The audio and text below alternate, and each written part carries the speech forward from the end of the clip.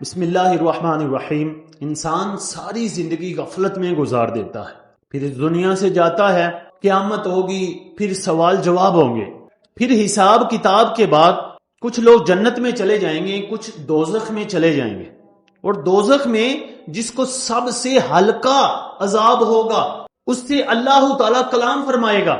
یہ نبی علیہ السلام کی حدیث ہے کہ اللہ تعالیٰ اس بندے سے پوچھے گا کہ اگر تیرے پاس دنیا ہو، بے شمار مال ہو، دنیا کا سب کچھ ہو، دنیا کی ہر چیز تیرے پاس ہو، اور تجھے اس عذاب سے بچنا ہے جو سب سے ہلکا عذاب ہے، تو تو کیا کرے گا؟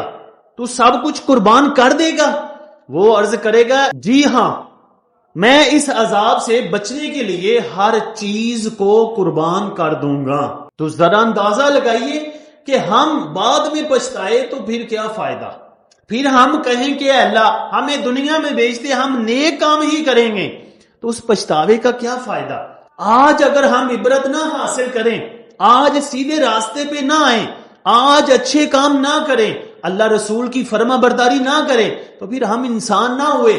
انسان وہی ہوتا ہے کہ وہ سیدھے راستے پہ چلے، اگر اس سے غلطی ہو جائے تو وہ سیدھے راستے پہ آ جاتا ہے، معافی مانگتا ہے، توبہ کرتا ہے۔ تو ہمیں چاہیے کہ ہم سیدھے راستے پہ آ جائیں۔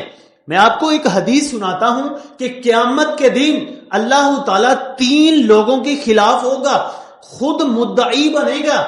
پہلا وہ شخص جس نے اللہ کے نام پہ وعدہ کیا، اللہ کے نام پہ عہد کیا، کسی کے ساتھ وعدہ کیا اللہ کا نام لے کر اور اس کو پورا نہ کیا۔ قیامت کے دن اللہ اس بندے کے خلاف ہوگا، خود مدعی ہوگا۔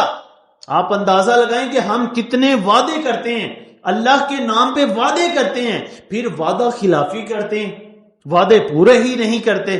حالانکہ منافق کی نشانیوں میں سے نشانی بتائی گئی کہ جو وعدہ پورا نہ کرے وہ منافق ہے، تو ہمیں وعدہ پورا کرنا چاہیے۔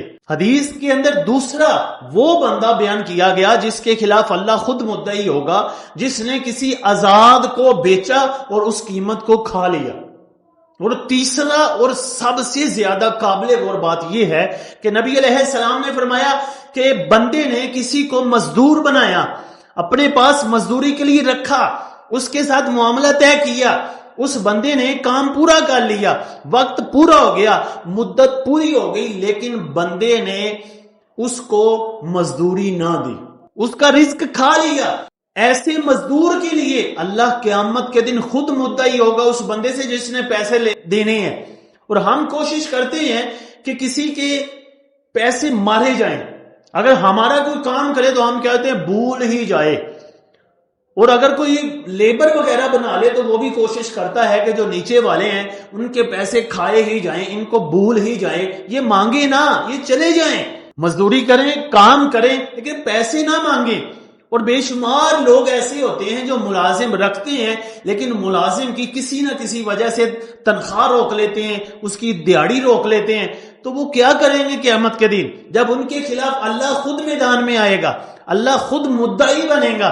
آپ اندازہ لگائیں کہ اگر قیامت کے دن کوئی بندہ بندے کے خلاف ہوگا تو پھر انسان مشکل میں پڑ جائے گا، تو جب اللہ خود بندے کے خلاف آئے گا تو پھر دنیا کے اندر ہم کسی کے پیسے کھا کر، چند ٹکے کھا کر کیا کر لیں گے؟ اگر نہ بھی کھائیں مرتے نہیں ہیں، حلال کھانے والا مرتا نہیں ہے، ذلیل حرام کھانے والا ہی ہوتا ہے۔ تو لہٰذا اپنا احتساب کریں، مراقبہ کریں کہ یار ہم کیا کر رہے ہیں، ہم نے کسی کے پیسے تو نہیں دینے، ہم نے کسی کا مال تو نہیں ہڑپ کیا، کسی کی مزدوری تو نہیں دینی، کسی کے ساتھ وعدہ خلافی تو نہیں کی۔ یہ ساری چیزیں سوچ لو، ورنہ قیامت کے دن اللہ خود مدعی تمہارے خلاف ہوگا۔ دیکھ لینا پھر وہ کتنا بڑا ہے، اس کی ذات کتنی بڑی ہے۔ اللہ تعالی ہمیں ہر برائی سے محفوظ رکھے۔